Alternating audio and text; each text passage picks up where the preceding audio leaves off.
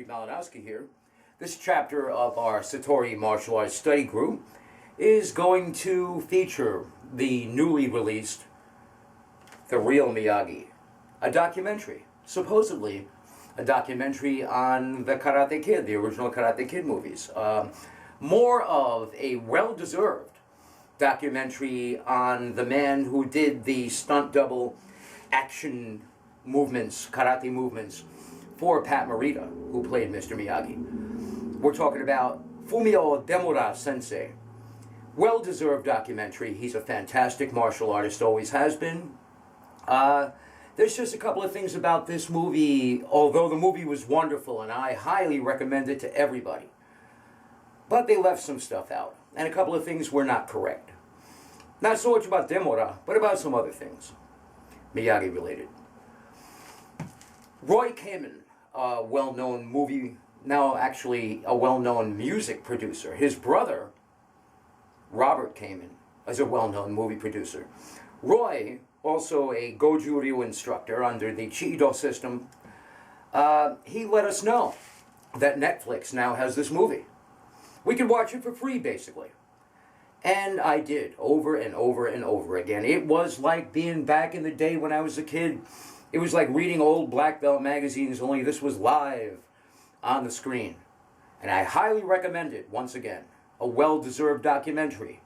Demura Sensei Shitoryu was brought over, and I learned something here. I thought, how could you teach me anything, okay? I learned something I didn't know.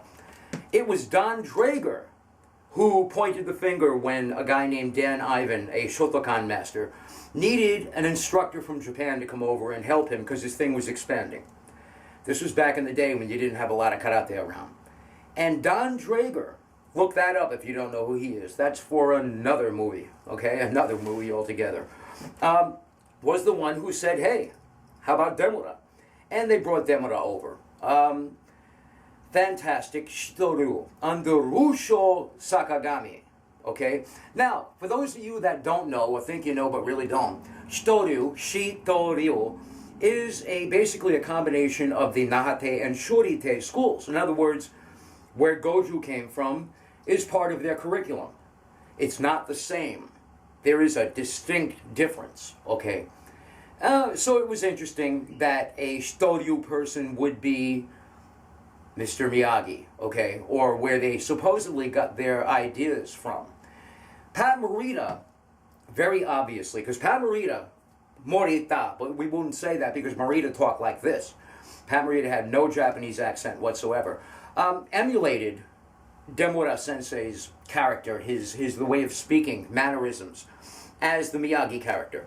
Yes, he did, okay? We're going to get to a little bit later where that wasn't really where the Miyagi character came from. Taking nothing away from Demura Sensei, fantastic martial artist, okay? So Dan Ivan brings Demura over, and Demura, incidentally, was brought over there to teach in a Shotokan dojo. Shotokan, that's taken from Shorite, but it's not exactly the same. So he had to adjust a little bit, and he started teaching Shotokan. Okay, he ran into some problems because he was doing these demonstrations and they became kind of hyped up. And Rusho Sakagami had a problem because he had heard that Demura was doing something not so traditional. It was traditional, it was just hyped up. I know for a fact that there was another problem probably later on because, now, first of all, any good teacher is going to create a student who will emulate him and then hopefully surpass him. In the movie, they say that Fumio Demura Sensei supposedly kind of invented the nunchaku thing. Well, come on, that's a very ancient weapon. He came out with a book, Nunchaku, Karate Weapon of Self-Defense, and then there were a couple of others after that. That was, when I was a kid, that was our Bible. I hate to use the term Bible, but as far as nunchaku was concerned, outside the dojo, that was our Bible. Sometimes even inside the dojo.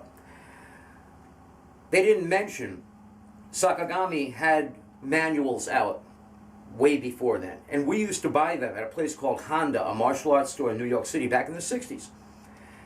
These were manuals on nunchaku, tonfa, sai, very, very traditional and orthodox. Very small, very thin.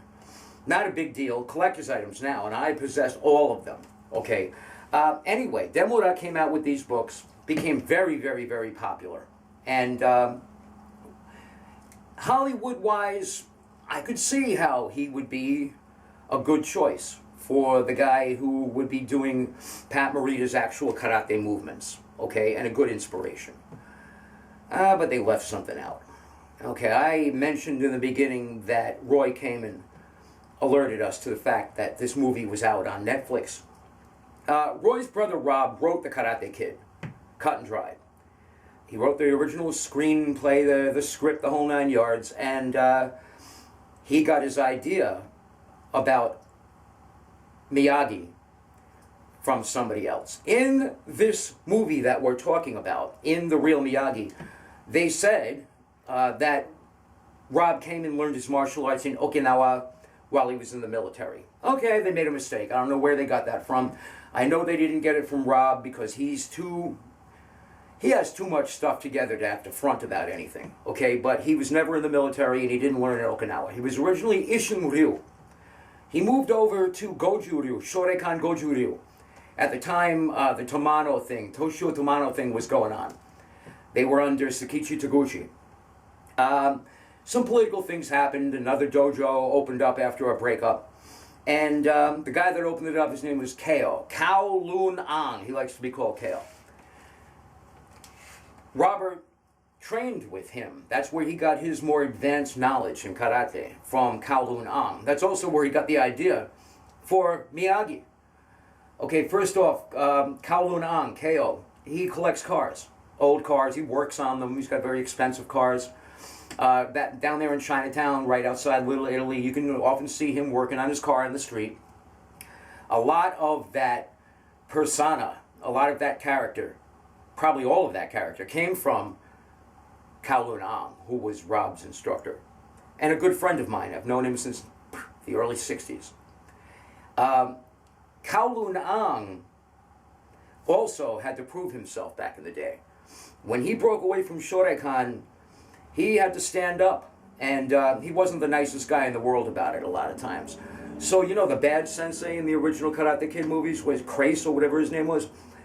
They got that idea, that character, from Kowloon Ang. Now, Ang wasn't that bad, okay, sort of. But that's where they got the crazy sensei idea from Kowloon Ang. Okay, I got a dog in this fight, and I don't want to take anything away from the movie because it was great. Don't want to take anything away from Demura Sensei because he is great, okay? But somehow a couple of things got lost, and they came out with this great movie and left some people out. So as not for you to be laboring under a misconception, I just thought I would mention that.